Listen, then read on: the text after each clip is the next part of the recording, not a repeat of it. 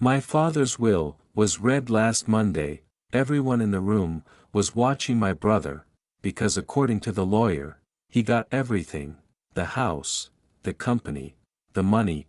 People even started whispering that I had been forgotten. My brother smiled, like he had already won.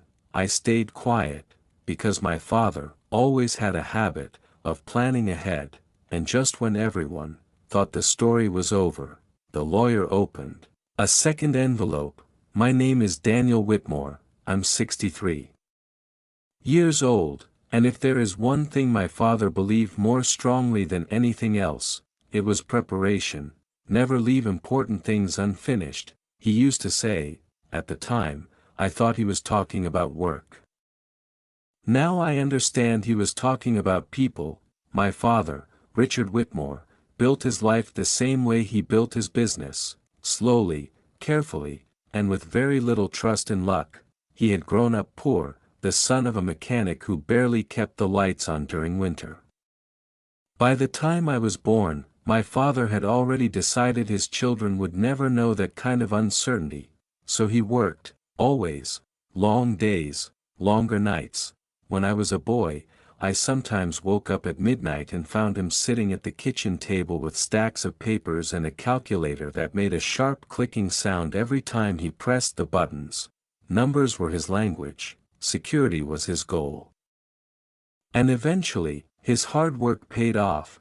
By the time my brother and I were adults, our father owned a small but successful logistics company, a comfortable house outside the city, and several investments he rarely talked about. From the outside, we looked like a family that had done well, but families are rarely as simple as they appear. My older brother, Michael, had always been different from me. Where I was quiet, he was confident; where I was careful, he was bold; and where I worked slowly toward stability, Michael believed life should reward ambition. Sometimes that confidence helped him, other times it caused problems, especially with our father. Michael believed he deserved to inherit the business simply because he was the oldest. My father believed something else entirely. He believed responsibility mattered more than birth order.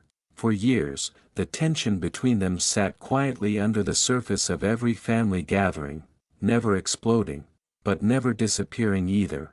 When my father became sick last year, that tension became impossible to ignore. Michael suddenly started visiting more often, offering advice, talking about the future of the company, talking about leadership transition. My father listened, but he rarely answered. Instead, he spent more time speaking with lawyers. At the time, I assumed he was simply organizing his affairs. What I didn't know was that he was designing something much more complicated. My father passed away on a quiet Sunday morning in late autumn. The funeral was small but respectful. Friends, employees, neighbors who had known him for decades. After the service, the family gathered in the office of my father's lawyer to hear the reading of the will. I remember the room clearly: a long wooden table, two tall windows that let in gray afternoon light, and my brother sitting across from me with an expression that was trying very hard to look humble.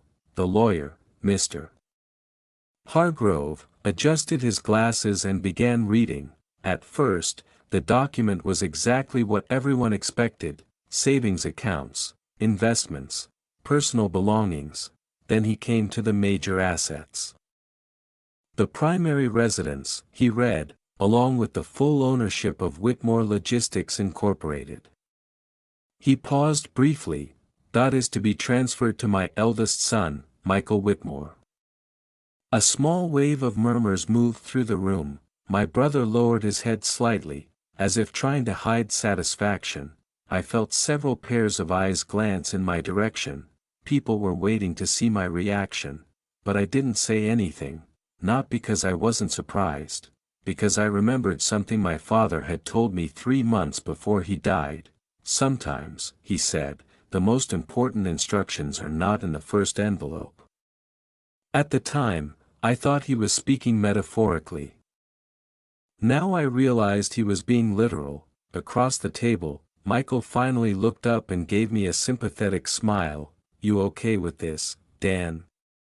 he asked. His voice was gentle, but the victory behind it was obvious. I nodded once, of course. The lawyer finished reading the rest of the document. There were smaller items assigned to me, personal belongings, a modest financial account, nothing that compared to what Michael had received. When the reading ended, Michael stood and shook the lawyer's hand. "Well," he said with a small laugh, "Dad always did trust me with the big responsibilities." Several people nodded politely, then Mr. Hargrove cleared his throat. "There is one more item." Michael sat back down slowly. "What kind of item?" The lawyer reached into the folder on his desk and removed a sealed envelope. It was thick, older than the rest of the documents. "This," he said, "was left with instructions to open only after the will was fully read." The room became very quiet. Michael frowned slightly. "I don't remember seeing that." Mr. Hargrove smiled faintly. "You weren't supposed to." Then he opened the envelope. Inside was another document. He unfolded it carefully and began to read. Supplemental instruction regarding the ownership structure of Whitmore Logistics. Michael shifted in his chair. "What does that mean?" The lawyer continued. "In the event that full operational control of the company is transferred to Michael Whitmore, a secondary provision will immediately activate." Michael leaned forward. "Secondary provision?" The lawyer adjusted his glasses again. Granting Daniel Whitmore controlling voting shares through the Whitmore Family Trust." For a moment, nobody in the room moved. Michael blinked. "I'm sorry." "What?" Mr. Hargrove continued reading. "The purpose of this structure is to ensure that while Michael Whitmore may operate the company, final ownership authority remains with Daniel Whitmore, whose judgment I trust to protect what I have built." The silence in the room turned heavy. Michael looked at me. Then back at the lawyer. "That doesn't make any sense." "It does," Mr. Hargrove replied calmly. "Your father divided leadership and ownership." Michael stood up abruptly. "You're saying he gave me the company? And gave Daniel the power to control it?" My brother stared at me as if seeing me for the first time. "But why?" The lawyer folded the document neatly. "Your father left a note explaining that as well."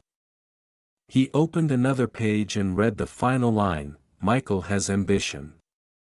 Daniel has patience. A good company requires both, but only one should hold the final decision." For several seconds, nobody spoke. Then Michael slowly sat back down, across the table. Our eyes met. The confidence he had worn all afternoon had disappeared, because the truth had finally arrived. Everyone thought my brother had inherited everything, but my father had left the real power somewhere else entirely, and that power belonged to me.